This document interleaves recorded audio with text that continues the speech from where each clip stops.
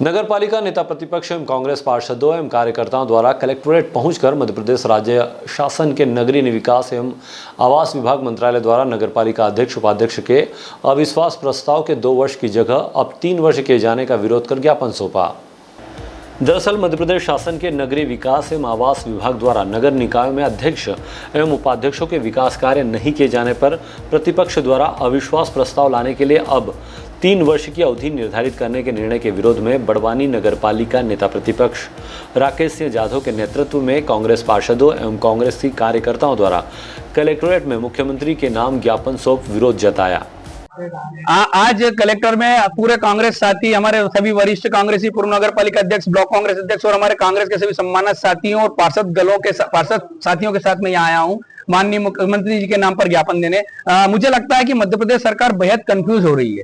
सबसे पहले जब अध्यक्ष सीधा चुना जाता था तो इन्होंने अध्यक्ष को सीधा ना चुना जाने के लिए बजाय अध्यक्ष जो है परिषद के पार्षदों के द्वारा चुना जाना करके एक चुनाव कराया। चुनाव जिस नियमों पे करा गया, बाद में जाके पिछले दरवाजे से वही नियम सारे के सारे बदलते जा रही है राज्य शासन। पहले यह होता था कि अध्यक्ष जो पार्षद से चुना जाएगा, उसके बाद जो भी प्रशासनिक और वित्तीय प्रस्ताव होंगे वो कहना चाहिए कि परिषद की सहमति से ही पास होंगे। लेकिन वर्तमान में क्या कर दिया कि सारे अध्यक्षों को सारा पावर अध्यक्ष को दे दिया और पीआईसी को दे दिया। अब अध्यक्ष क्या करता है, पीआईसी में अपने गिने चुने 3-4 पट्टों को जो है बना देता है और अपने हिसाब से निर्णय एक गुप्त कमरे में लेकर अपनी मनमानी पूर्वक काम करता है, जो परिषद को बताए नहीं जाते। ये चुने हुए पार्षदों का अपमान है, चाहे वो किसी भी दल के हों। हम ये नहीं कह रहे कि हम कांग्रेस पार्षद दल के लोग हैं तो ये इस समस्या से बीजेपी के और अन्य दलों के पार्षद भी जूझ रहे हैं कि जो निर्वाचित पार्षद है उनके अधिकारों में राज्य शासन ने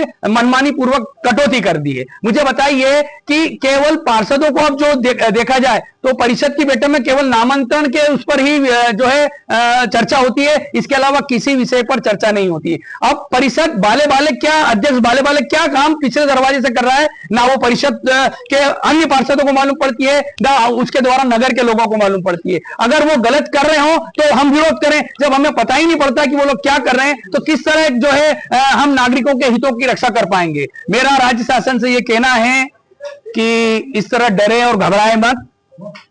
अगर बुराई आ रही है तो उसका सामना भी करें। आपने पहले जो था कि अध्यक्ष अविश्वास प्रस्ताव 2/3 बहुमत से 2 साल के बाद आ सकता है यदि अध्यक्ष काम ढंग से नहीं कर रहा है। अभी पिछले दरवाजे से राज्य शासन ने उसको 3/4 कर दिया है और अध्यक्ष को अविश्वास प्रस्ताव 3 साल के बाद कर दिया। तो जब चुनाव जिस शर्तों पे हमारे लड़ा गया था, क्यों मनमाना पूर्वक राज्य शासन ये निर्णय बदलकर अपने निर्णय थोप रही है? राज्य शासन को ऐसा क्या डर है? क्या राज्य शासन को लग रहा है कि वर्तमान समय में जो वो शासन चल रहा है, जिस हिसाब से पूरे प्रदेश की नगर पालिका, नगर पंचायतें और नगर निगम त्रस्त हैं, राज्य शासन पुनः इस विषय को बदले और प्रशासनिक और वित्तीय अधिकार नगर पालिका परिषद में निहित करे। दूसरा, नगर पालिका परिषद, जितनी भी नगर पालिका नगर निगम है, पूरे प्रदेश के पार्षद परेशान है। हमारे हर जिले के पार्षदों से बात हो रही है, अगर राज्य शासन शीघ्र हमारी सुनवाई नहीं करता